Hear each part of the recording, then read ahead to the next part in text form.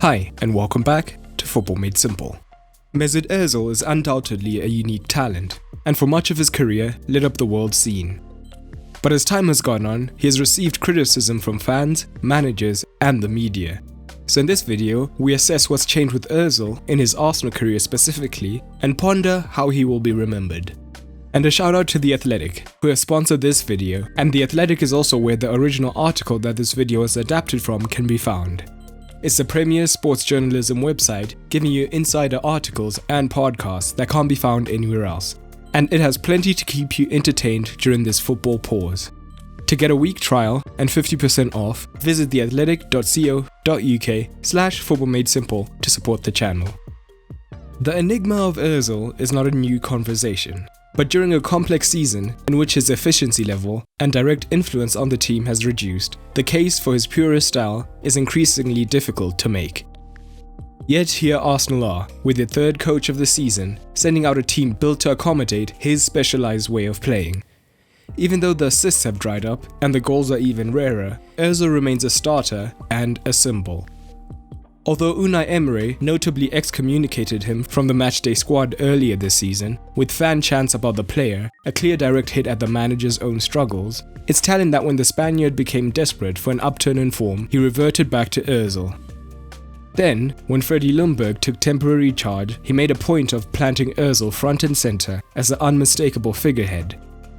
He saw sense in getting one of the big dressing room characters on his side. Now, since his appointment before Christmas, Mikel Arteta has demonstrated his own confidence in the number 10, selecting Ozil to start every Premier League game. Ozil may not control them, he may not finish them, but he is invariably back on the team sheet next time round. That trust has so far been unshakable. But why is it that Ozil casts this peculiar kind of spell? What are his coaches hoping from him in each game? Under Arteta, he has been playing a more disciplined role, competing and tackling more, but he will never be a robust breaker-up of play. He has been passing regularly, rolling the ball along, but not often with a killer ball in the attacking third, as his assist and goal tally testifies. Ozil should be the cure, but is somehow also the glitch in Arsenal's creativity conundrum. Maybe it's worth reminding ourselves of the levels of excellence Ozil previously attained at Arsenal. Is it possible for him to rediscover that form?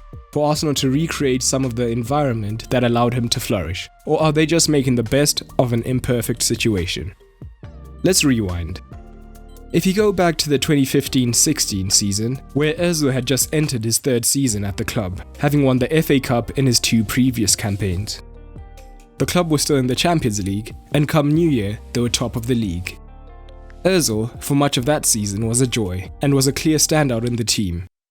He was Arsenal's Player of the Year, and he was also voted as the best German abroad by Kicker magazine. It was his peak period in the Premier League, the season when his consistency and influence was often beyond reproach. Everything looked not just easy, but effective and enjoyable with it. He was directly involved in 27 goals in 45 games, 19 assists and 8 goals. He finished 6th ahead of the closest challenger in the assist charts and came close to breaking the single season record. Those are the kind of numbers that justify the big bucks. When he arrived in 2013, to the understandable fanfare of Arsenal fans, he soon got into the zone after taking some time to adapt. Crucially, Wenger played a system which allowed him to thrive, as he used the 4-2-3-1 in every single match, allowing Ozil to dominate the 10 role. Arsenal had been so excited to sign a player in his pomp, with plenty of years ahead of him when he joined from Real Madrid, and initially he thrived. Arsenal had stemmed the flow of selling off their best players, and the club wanted to show the world they were now in the market to recruit coveted talent. By 2015-16, he relished his role as king of the assist, again thriving in the 4-2-3-1. Analysis of all the 19 Premier League goals he orchestrated demonstrates how much he dominated games back then. A heat map from that period shows touches all over the final third of the pitch. His assists were full of variation, both in the number of different players who were the beneficiaries and the type of pass they received. The combination of Ozil and Alexis Sanchez, Arsenal's two star turns, was a vital platform in the way the team attacked. In tandem, they illuminated many a game, but it is telling that Ozil's 19 assists that season were polished off by a variety of players. Olivier Giroud got the most, 7, then Sanchez and Danny Welbeck with 3 each. Theo Walcott with 2, Joel Campbell, Kieran Gibbs and Gabriel also owed Ozil's deliveries in their goal celebration. The other factor worth re-examination is the type of assist he produced. The passes came from all over the attacking zone. 4 lofted balls over the top, 3 cutbacks, 3 threaded passes, 3 free kicks, 2 corners, 1 stabbed cross, a lobbed pass, a single backheel, and for good measure, he was also fouled to award Arsenal a penalty. He also scored a bunch of different finishes too, and even an impressive header. At his best, Ozil didn't just decorate games, he designed them. Well, this season has continued an unfortunate trend for Ozil. Not just in the fact that with just 2 assists thus far, the downward trend has continued, but many of the problems can be assessed with a single question. Who has Mesut Ozil passed most often to this season? The answer is Matteo Guendouzi. Guendouzi is a player who rarely wanders past the middle third of the pitch. Contrast this to peak Ozil.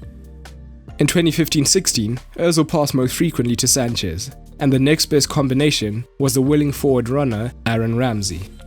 This season, after Guendouzi, the next favoured pass is to Luca Torreira, and then Granit Xhaka. That's 3 defensive midfield players rather than 2 players with attacking instincts who love to take risks. Pierre-Emerick Aubameyang is bizarrely 8th in the list of players found by Ozil. Currently, Arsenal are not constructed to have that variety of option around him, with an immobile midfield. Back then, he was able to aim at Giroud's head, exploit Walcott's speed, unleash Sanchez's dynamism, and pick out Ramsey's runs from midfield. The pressure of trying to find a better balance in midfield to more securely protected defense that had been leaking chances has taken a clear toll on the team's collective attacking urge. Is Ozil's inefficiency a reason for the team's creative dip, or vice versa? It does look like a classic case of chicken and egg. The consequence is that Arsenal's attack is going hungry. Maybe there was more interplay in 15-16 compared to now. Maybe the team is not as good, certainly not as confident and happy to take risks. Maybe that explains why it feels easier to play a safe pass rather than an adventurous one. Overall, his touches still look good, but his passes are less likely to be a decisive part of the attacking moves. Context though is important here. Ozil's statistics have to be measured alongside the fact that almost every attacking metric across the team has been in decline for a 3rd season in a row. Goals, shots, passes in the final third, expected goals, you name it. It all began to dip in Arsene Wenger's final season, lurched downwards in Unai Emery's maiden campaign, and has continued to descend since. The drop-off in goal input has been staggering. Under Wenger, Ozil made an assist once every 241 minutes. Under Emery, that plummeted to once every 1041 minutes.